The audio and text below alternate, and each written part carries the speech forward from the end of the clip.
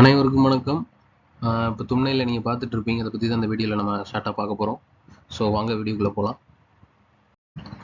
இப்போது நீங்கள் பார்த்துட்டு இருக்கிறத இன்றைக்கி பிரேக்கிங் நியூஸில் ஆக்சுவலாக போயிட்டுருக்கு. இந்த பிரச்சனை வந்து பார்த்தீங்கன்னா போன 2025 அக்டோபர் மாதத்துலேருந்தே போயிட்டுருக்கு.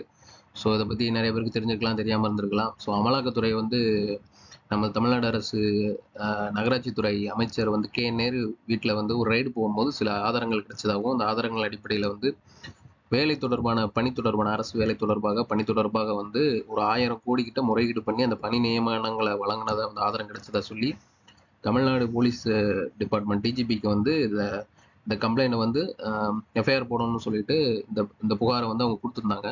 அமலாக்கத்துறை வந்து சென்ட்ரல் கவர்மெண்ட்லேருந்து அமலாக்கத்துறையிலேருந்து கொடுத்துருந்தாங்க. பட் ஆனால் அது தொடர்பாக வந்து எந்த ஒரு நடவடிக்கையுமே தமிழ்நாடு அரசுலேருந்து எடுக்கலை. ஸோ இது வந்து இப்போ நீதிமன்றத்தில் வந்து ஒரு கேஸ், அதாவது அதிமுக எதிர்கட்சி இருக்குதுங்களா அதிமுக. ஸோ அதிமுக சார்பாக ஒரு எம்பி வந்து அவர் ஒரு வழக்கறிஞர், அவர் வந்து அந்த கேஸை வந்து ரைஸ் பண்ணி இப்போ வந்து உயர்நீதிமன்றம் வந்து என்ன தீர்ப்பு கொடுத்துருக்காங்க அப்படின்னா, இவர் மேலே வந்து எஃப்ஐஆர் பதிவு பண்ணி இந்த ஃபர்தராக மூவ் பண்ணணும் அப்படிங்கிற மாதிரி கொடுத்துருக்காங்க. ஸோ நான் எதுக்காக இதை மென்ஷன் பண்ணி சொல்கிறேன் அப்படின்னா, இது ஒரு அரசு வேலை தொடர்பான ஒரு பிரச்சனை. ஸோ அது வேலை சம்மந்தமாக இருக்கிறதுனால தான் வந்து நான் இதை வந்து இந்த வீடியோவில் நான் வந்து போட்டு உங்களுக்கு இன்ஃபார்ம் பண்ணணும் அப்படிங்கிற மாதிரி நான் சொல்ல வரேன். ஏன்னா என்ன நடக்குது தமிழ்நாட்டில் அப்படி பார்த்தீங்கன்னா, அது காலங்காலமாக அது நடந்துகிட்டு வர்றது தான். இது வந்து புதுசு கிடையாது. இது வந்து இப்போ வெளியில் தெரிஞ்சிருக்கு. இதுவுமே வந்து இவர் மேலே நடவடிக்கை பாயாதாங்கிறது நமக்கு தெரியாது. நெக்ஸ்ட் ஜாமீன் வாங்கிட்டு வருவார், இல்லை ஆதாரங்கள் கிடைக்கலன்னு சொல்லிட்டு சரியான ஆதாரங்கள்னு சொல்லிட்டு ரிலீஸ் கூட பண்ணலாம். ஸோ நெக்ஸ்ட் என்ன வேணாலும் நடக்கலாம், அது நமக்கு தெரியாது. இன்னைக்கு நிலவரத்தில் இவர் மேலே எஃப்ஐஆர் போட சொல்லி உயர்நீதிமன்றத்தில் அந்த ஆணை கொடுத்துருக்காங்க. ஸோ அதான் நியூஸு. நகராட்சி துறையில் வந்து மொத்தம் 1020 கோடி வந்து வாங்கிட்டு வேலைகளை வந்து போட்டிருக்காங்கன்னு சொல்லிட்டு புகார் எழுந்திருக்கு.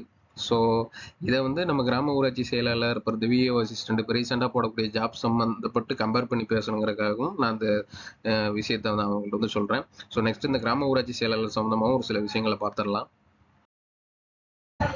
ஸோ கிராம ஊராட்சி செயலாளரில் வந்து பார்த்தீங்கன்னா, கோர்ட் ஆர்டர் நமக்கு ஒரு சாதகமாக இருக்கிற ஒரே ஒன்று வந்து கோர்ட் ஆர்டர் மட்டும்தான். பிப்ரவரி 24க்குள்ளே வந்து பார்த்தீங்கன்னா, அப்பாயின்மெண்ட்லாம் இன்டர்வியூலாம் முடிச்சு அப்பாயின்மெண்ட் போட்டோம்னு சொல்லிட்டு நமக்கு ஒரு கோர்ட் ஆர்டர் கொடுத்தாங்க.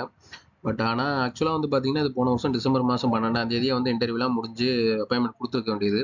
அப்புறம் எஸ்ஐஆர் வேலைப்புழு அப்படின்னு சொல்லிட்டு அது சென்ட்ரல் கவர்மெண்ட் இம்ப்ளிமெண்ட் பண்ண சில விஷயங்கள் வந்து இவங்களுக்கு சாதகமாகி போச்சு. யாரு? பொலிட்டீஷியன்ஸ், இடையில இருக்கிற பொலிட்டீஷியன்ஸ் காலங்காலமாக காசு வாங்கிட்டு போகிற ஜாப் தானே இது. ஸோ அவங்க வந்து நிறைய டிஸ்கஸ் பண்ணுறதுக்கும், கவர்மெண்ட்டை ஃபோர்ஸ் பண்ணி இந்த வேலையை போட விடாமல் தடுக்கிறதுக்கும் ஒரு டைம் அவங்களுக்கு கிடைக்கிற மாதிரி ஆயிடுச்சு. ஆக்சுவலாக சில நேர்மையான அதிகாரிகள் தமிழ்நாட்டில் இருக்காங்களா, அவங்க அடிப்படையில் அவங்க மூலியமாக வந்து இந்த வேலை நடைபெறதா இருந்தது வந்து இந்த எஸ்ஐஆர் வந்து நம்ம நேரமே அவங்க நேரமானு தெரியல. இந்த எஸ்ஐஆருங்கிற ஒரு ரீசனை வச்சு இவங்க வந்து இந்த ஜாப் பற்றி எல்லாருக்கும் வெளியில் ரொம்ப டீட்டெயில்டாக தெரிய ஆரம்பிச்சிருச்சு. எப்பயும் காசு வாங்கிட்டு போகிற ஜாப் வந்து இந்த தடவை கல்லா கட்ட முடியலையே, காசு வருமானம் வரலன்னு சொல்லிட்டு அவங்களுக்குள்ள டிஸ்கஸ் பண்ணுறதுக்கு நிறைய அவங்களுக்கு டைம் கிடைக்க ஆரம்பிச்சிருச்சு. ஸோ இந்த வேலையை வந்து ஒத்தி வச்செல்லாம் நிப்பாட்டிடலாம் அப்படிங்கிற முடிவுக்கு வந்துட்டாங்க. ஸோ அது நமக்கு தெளிவாகவே தெரிஞ்சிருச்சு. ஸோ கோர்ட்டில் போயிட்டு கோர்ட்டில் கேஸ் போட்டு இந்த நேர்காணல் இத்தனாம் தேதிக்குள்ள நடத்தணும்னு சொல்லி இப்போ ஆர்டர் கிடைச்சது தான் நமக்கு இருக்கிற ஒரே ஒரு சாதகம். ஸோ அதையுமே அவங்க வந்து மதிக்காமல் அதை டிலே பண்ணிகிட்டே போகணும் அப்படிங்கிற மோட்டிவில் அவங்க பண்ணுறது தெளிவாக தெரியுது. ஸோ நீதிமன்ற அவமதிப்பு வழக்குன்னு ஒன்று இருக்குது. ஸோ அதை பற்றி நம்ம வந்து இதுக்கு முன்னாடி வீடியோஸில் வந்து நம்ம டீட்டெயில்டாக பார்த்துருக்கோம். இது வந்து 1971 சட்டப்பிரிவுப்படி கோர்ட்டோட ஆர்டரை வந்து மதிக்கலைன்னா அதுக்கு வந்து நெக்ஸ்ட் போடக்கூடிய கண்டெம்ட் ஆஃப் கோர்ட்னு இங்கிலீஷில் சொல்லுவாங்க. அதோட கேஸ் தான் நீதிமன்ற அவமதிப்பு வழக்கு. ஸோ ஏகப்பட்ட கேசஸ் வந்து பார்த்தீங்கன்னா நீதிமன்ற அவமதிப்பு வழக்கு ஏகப்பட்ட வழக்கு இருக்குது. ஸோ ஒரு ரீசெண்டாக 2 வருஷத்துக்கு முன்னாடி கூட உயர் நீதிமன்றத்திலிருந்து ஒரு நீதிபதி வந்து நீதிமன்றத்தோட ஆர்டரை வந்து மதிக்கலை அப்படின்னா அரசு அதிகாரிகள் வந்து சிறை செல்றதுக்கு ரெடியாக இருக்கணும் அப்படிங்கிற மாதிரி ஆர்டர். ஒரு கல்வித்துறையை சார்ந்த ஒரு ஒரு அரசு அதிகாரியை கூட வந்து ஒரு 5 நாள் சிறை கூட வச்சிருந்திருக்காங்க இந்த நீதிமன்ற ஆர்டரை வந்து மதிக்காதனால. அபராதம் பெருசாக போட மாட்டாங்க, ஆனால் சிறை செல்றதுக்கு அவங்களுக்கு வந்து அதிக வாய்ப்பு இருக்கு. இப்போ நம்ம அந்த கிராம ஊராட்சி செயலாளர் நேர்காணல் நடத்தி சொல்லி போடப்பட்ட ஆர்டரில் வந்து பார்த்தீங்கன்னா, அதில் யார் யார் பிரச்சனையாகும் அந்த வேலை நடத்தலை அப்படின்னு பார்த்தீங்கன்னா, பொதுவாக ஐஏஎஸ் ஆஃபீஸர்ஸ் தான் அந்த பிரச்சனையில் மாட்டுவாங்க. ஐஏஎஸ் ஆஃபீஸர்ஸ்ன்னு பார்த்தீங்கன்னா தமிழ்நாட்டில் வந்து தலைமைச் செயலாளர்கள்னு இருப்பாங்கல்ல அவங்க, அப்புறம் டிஎன்ஆர்டி டிபார்ட்மெண்ட்டில் இருக்கக்கூடிய அந்த உச்சபட்ச கமிஷனர் இருப்பாங்கல்ல அவங்க, அப்புறம் அந்த பெட்டிஷன் அந்த கேஸில் வந்து ரெஸ்பாண்டன்ஸ் லிஸ்ட்டில் சேர்க்கப்பட்ட அந்த தேனியோட டிஸ்ட்ரிக்ட் கலெக்டர், இவங்க எல்லாமே வந்து துறை ரீதியான நடவடிக்கை அவங்க மேலே எடுக்கிறதுக்கு வாய்ப்பு இருக்குது. அது போக சிறை போகிறதுக்கும் வாய்ப்பு இருக்குது. ஆனால் ஜட்ஜு முடிவு பண்ணுறது தான் இது.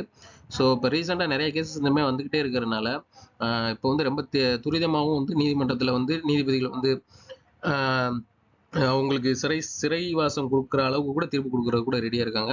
ஸோ இது மோஸ்ட்லி வந்து ஆரம்பத்தில் அவங்க கண்டுக்காமல் இருக்கலாம். நீதிமன்ற அவமதிப்பு வழக்கு போட்டும் அவங்க வந்து இது கண்டுக்காமல் இருந்தாங்கன்னா அவங்களுக்கு தான் ஏகப்பட்ட பிரச்சனை வரும். முதலமைச்சர், துணை முதலமைச்சர்லாம் தப்பிச்சிருவாங்க. அவங்களுக்கு பிரச்சனை கிடையாது. அமைச்சர்லாம் தப்பிச்சிருவாங்க. மாட்டுறது எல்லாமே பிரச்சனையாகிறது எல்லாமே ஐஏஎஸ் ஆஃபீஸர்ஸ் தான். ஸோ வந்து நெக்ஸ்ட் இந்த கேஸோட அப்படியே விட்டுருவாங்க. நம்மளும் இந்த வேலையை விட்டுலாம்னு கூட அவங்க நினைச்சிட்டு டிலே பண்ணிட்டு போகலாம். அது போக இன்னொரு கேஸ் ஒன்று பெண்டிங்ல இழுத்துட்டு போகுது பார்த்தீங்களா? ஒரு கேஸ் பத்தி இதுக்கு முன்னாடி வீடியோவில் பார்த்தோம். மார்ச் 4 வந்து ஒத்தி வச்சிருக்காங்க.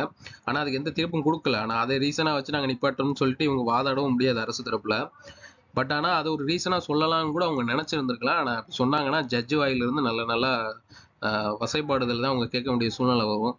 ஆனா அது ரீசனா இருக்கிறதுக்கு எனக்கு தெரிஞ்ச வாய்ப்பு இல்லை. ஆனா இவங்க முடிஞ்ச அளவுக்கு இதை அவாய்ட் பண்ணி போகணும்னு அவங்க நினைக்கிறாங்கிறது தெளிவா தெரியுது. ஸோ யார் யாருக்கெல்லாம் கெப்பாசிட்டி இருக்கோ அவங்களாம் அடுத்தடுத்து கேஸ் போட ஆரம்பிங்க. யார் யாரெல்லாம் முடியுதோ எல்லாருமே ஹைகோர்ட்ல வந்து கேஸ் போட ஆரம்பிங்க. நீதிமன்ற அவமதிப்பு வழக்கு போட்டாலும் சரி, இல்லை இந்த வேலையை நடத்தாமல் டிலே போட்டாங்கன்னு சொல்லி வழக்கு போட்டாலும் சரி, அதிகபட்ச வழக்கு போட தான் இந்த கவர்மெண்ட்டுக்கு ப்ரெஷர் கொடுக்க தான் இனிமேல் வந்து இந்த வேலை நடக்கிறதுக்கான வாய்ப்பு அதிகம் இருக்கும். கண்டிப்பாக நடக்கும். அந்த அவமதிப்பு வழக்கு கண்டிப்பாக யாரும் போடாமல் இருக்க மாட்டாங்க, போடுவாங்க. போட்டாங்கனாலே ஒரு ஃபோர்ஸ், பெரிய அளவில் ஃபோர்ஸ் வந்து கவர்மெண்ட் மேலே போகும். கண்டிப்பாக வந்து இன்டர்வியூ நடத்த தான் செய்வாங்க. மார்ச் 10க்குள்ளே நடக்கிறதுக்கான சான்சஸ் இருக்குது. ரெண்டாவது வந்து ஒரு ஆள் சம்மந்தப்பட்ட இது வழக்கு கிடையாது. பெரும்பாலும் பார்த்தீங்கன்னா ஒரு நபரோ 2 நபரோ குறிப்பிட்ட விரல் விட்டு எண்ணக்கூடிய நபர்கள் மட்டும் சார்ந்த வழக்காக தான் போகும். அதுக்கு நீதிமன்றம் ஆர்டர் கொடுத்து அதை வந்து கவர்மெண்ட் வந்து மதிக்காம இது வந்து பார்த்தீங்கன்னா கிட்டத்தட்ட ஒரு 6800 பேர் சம்மந்தப்பட்டது. ஷார்ட் லிஸ்ட் ஆனவங்க ஒரு 6800 பேர் சம்மந்தப்பட்டது. ஸோ இந்த வழக்கு வந்து நீதிமன்ற அவமதிப்பு வழக்காக போச்சு அப்படின்னா பெரிய அளவில் இம்பேக்ட் ஆகும். இது கவர்மெண்ட்டுக்கு தான் ரொம்ப ரொம்ப பிரச்சனை வரும். ஸோ வந்து ஆல்ரெடி நிறைய பேர் என் இன்ஸ்டாகிராமில் கேட்டுட்டு இருந்தீங்க. ஸோ ஏற்கனவே கேஸ் வின் பண்ண அட்வொகேட்டை தான் நீங்கள் வந்து நாடணும் அப்படின்னு கிடையாது. உயர்நீதிமன்றத்தில் இருக்கக்கூடிய எந்த ஒரு வக்கீலையுமே நீங்கள் போய் இது சம்மந்தமான கேஸ் போடுறதுக்கு பேசுங்க. யார் யார் முடியுதோ பண்ணுங்க. பண்ணீங்க அப்படின்னா இது கிடைக்கிறதுக்கான சான்சஸ் இருக்குது. இது விஏஓ அசிஸ்டண்ட்டுக்குமே பொருந்தும். அவங்களுக்குமே ஆரம்பத்தில் இதை பண்ணியிருந்திருக்கலாம். முடிஞ்ச டிஸ்ட்ரிக்ட்லையாவது, அதாவது வாசித்தல் தேர்வு, எழுத்து தேர்வு, நேர்காணல் எல்லாம் முடிஞ்ச டிஸ்ட்ரிக்ட்லையாவது ரிசல்ட்டை கொடுங்க அப்படிங்கிற மாதிரி நீங்கள் அது ஒரு கேஸ் போட்டு ஃபைல் பண்ணி பாருங்க. இல்லைனா பேலன்ஸ் இருக்கிற டேஸ்க்குள்ளே மீதி இருக்கிற டிஸ்ட்ரிக்ட் எல்லாத்தையும் நடத்தி முடிக்க சொல்லி கேட்குறீங்க, ட்ரை பண்ணுங்க. ஸோ ஏன்னா மோஸ்ட்லி கமெண்ட்ஸில் அதிகமாக வந்து விஏஓ அசிஸ்டண்ட்டை பற்றி தான் கேட்டுட்டு இருக்கீங்க.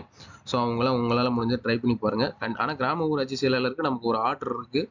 ஸோ அதனால் இதை வந்து விட்டுறாதீங்க. இது கிடைச்சிருக்கிற நல்ல சான்ஸு. ஸோ இதை விட்டுறக்கூடாது. விடலைன்னா இவங்க பண்ணுறது தெளிவாக தெரியுது. இது இழுத்துக்கிட்டே போகணும். இது ஆரம்பத்திலே போன மாதம் ஜனவரியிலே தெரிஞ்சிருச்சு இதை வந்து இவங்க நடத்தக்கூடாதுன்னு முடிவில் தான் இருக்காங்கன்னு சொல்லிட்டு. நமக்கு இருக்கிற ஒரே ஒரு சாதகம் கோர்ட் ஆர்டர் தான். அந்த ஆர்டரை வச்சு தான் நானும் ஸ்ட்ராங்காக சொல்கிறேன். ஸோ வந்து கவர்மெண்ட்டுக்கு இது கெட்ட பேரில் தான் கொண்டு போய் முடியும். வேறு வழி இல்லாமல் கடைசியில் நடத்தி முடிக்க தான் பார்ப்பாங்க. அதுபோக ஜட்ஜ் ஆல்ரெடி தேர்தல் அறிவிப்பே வந்தாலுமே நடத்தணும்னு சொல்லிட்டு ஒரு வார்த்தை சொல்லிட்டாரு. ஸோ ஆர்டர் காப்பியில் இருக்கும், பார்த்துருப்பீங்க. ஸோ எல்லாமே நமக்கு சாதகமாக தான் இருக்குது. ஆனாலும் இந்த நீதிமன்ற அவமதிப்பு வழக்கு இப்போ போட வேண்டிய சூழ்நிலை வந்துருச்சு. பிப்ரவரி 24க்குள்ளே இவங்க நடத்துகிற மாதிரி தெரியல. அப்படி நடத்தாத பட்சத்தில் இந்த வழக்கை யார் யார் முடியுதோ எல்லாருமே போடுங்க. இந்த வழக்கு போட்டாலும் சரி, வேறு எந்த வழக்கு போட்டாலும் சரி, கிராம ஊராட்சி செயலர் சம்மந்தமாக போடுங்க. போடுறதுக்கு தயாராக இருங்க.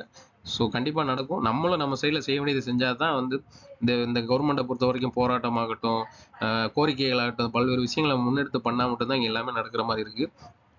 ஸோ இதுக்கு முன்னாடி நகராட்சித்துறை ஊழலை பற்றி நான் சொல்லியிருந்தேன் அப்படின்னு உங்களுக்கு புரிஞ்சிருக்கும். ஏன்னா காலங்காலமாக காசு வாங்கிட்டு பண்ணுறதே இந்த வந்து திராவிட கட்சிகளை வந்து வழக்கமாக வச்சுட்டு இருக்காங்க. அதுக்கு வந்து இப்போ இருக்கிற ஆளுங்கட்சியாக இருந்தாலும் சரி, எதிர்கட்சியாக இருந்தாலும் சரி, அவங்க திருப்பி ஆட்சிக்கு வந்தாலும் சரி, இது காலங்காலமாக நடந்துக்கிட்டே தான் இருக்கும். ஸோ இந்த வேலைக்கும் அப்படி தான் அவங்க பண்ணுறதுக்கு முயற்சி பண்ணிட்டு இருக்காங்க. ஆனால் ஏதோ ஒரு நேர்மையான அதிகாரிகள் வந்து ஷார்ட் லிஸ்ட்டு, ரேங்கிங் லிஸ்ட்டு அப்படி இப்படின்னு நடந்துருச்சு. ஸோ ஆனால் அதை வந்து காசு வாங்கிட்டு கல்லா கட்டுற பொலிட்டிஷியன்ஸ் வந்து நடத்தப்படக்கூடாதுங்கிறதுல ரொம்ப தீவிரமாக இருக்காங்க. ஆனால் நமக்கு சாதகமாக தான் எல்லாமே இருக்குது.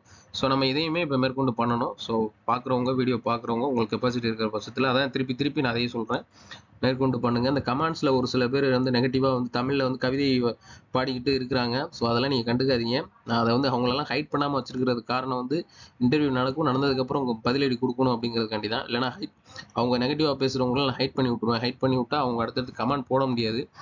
பட் ஆனால் அவங்களுக்கு ஒரு பதிலடி கொடுக்கணுங்கிறக்காண்டி ஒரு சில பேரை வச்சுருக்கேன். ஸோ எல்லோரும் நம்பிக்கையோடு இருங்க. சரி, பார்க்கலாம் என்ன நடக்குது அப்படின்னு சொல்லிட்டு நம்ம சைடு செய்கிறதையும் நம்ம சைடு செய்வோம்.